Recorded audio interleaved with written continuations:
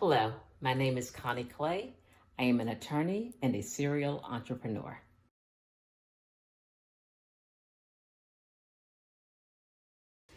Following high school, I immediately went to Howard University. I knew I wanted to be an attorney, but I was not sure about a major. So I sampled a couple of things, including city planning, before I decided to become an English major.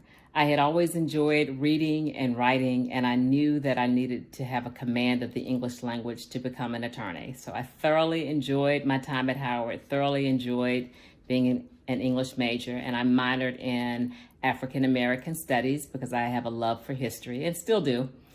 So while at Howard, I was the third woman to be elected as the vice president of student government, and I served in other leadership roles while I was at Howard.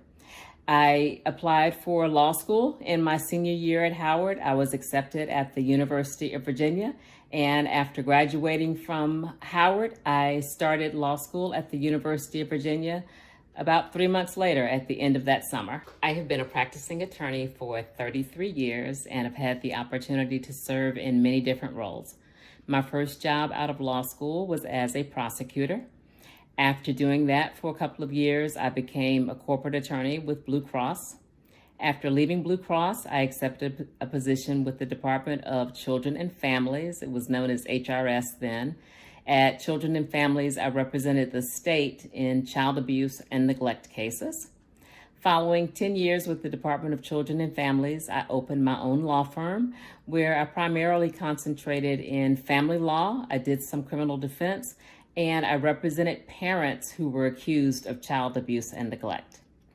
I am currently an attorney with the Social Security Administration. I do administrative law work.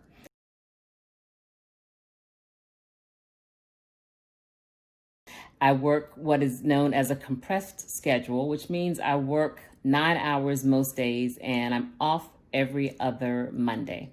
I work from home most of the time. I only actually go into the office 6 days a month. And I am not required to work weekends, and I am not required to travel for my job.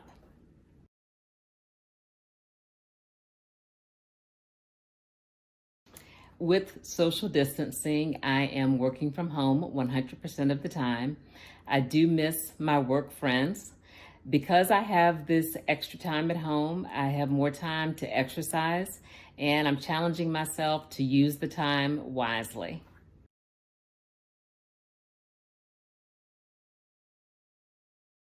When our time of social distancing is over, I hope that people will appreciate things that they took for granted, such as going to the grocery store without a mask and actually going inside of a bank.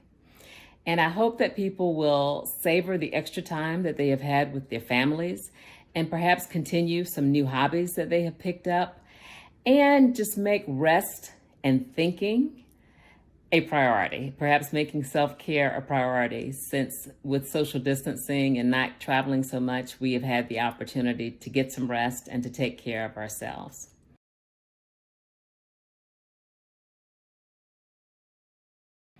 In terms of preparation for this time, I live on about 79% of my salary. I say no to myself all the time. There are many things that I see and want, and I just say no to myself. I don't do many of the things I would like to do because I make a point of not spending everything that I make, because I know there are going to be economic downturns and there are going to be difficult times. And it's a good idea to have something saved when these times come, because they will come. It's a cycle. That's part of life. And so I am in a position where I can manage for a while without income.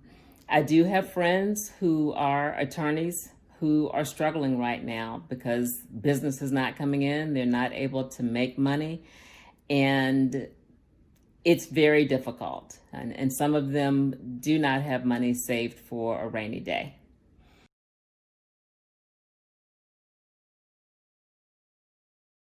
I would advise girls to think about how you want to live and then design your career around your life. as opposed to choosing your career and then designing your life around your career. There's a big difference in terms of the lifestyle that you will have. The second thing that I would tell girls is to negotiate. Just about everything is negotiable. Always negotiate your salary. If an employer offers you $50,000 a year, more than likely that employer is able and willing to pay you $53,000 a year. So if you leave $3,000 on the table over a 40-year career, if you leave $3,000 on the table each year, you've left $120,000 on the table. In some places, you could have bought a house with that amount of money. You could have donated that money to charity, or you could have set that money aside for retirement. So all I'm saying is always negotiate your salary, negotiate bonuses. The worst thing that's going to happen is that the employer will say no. And depending on where you are in your life, in your career, your ultimate negotiation tactic is getting up from the table and walking away. That's my advice, ladies.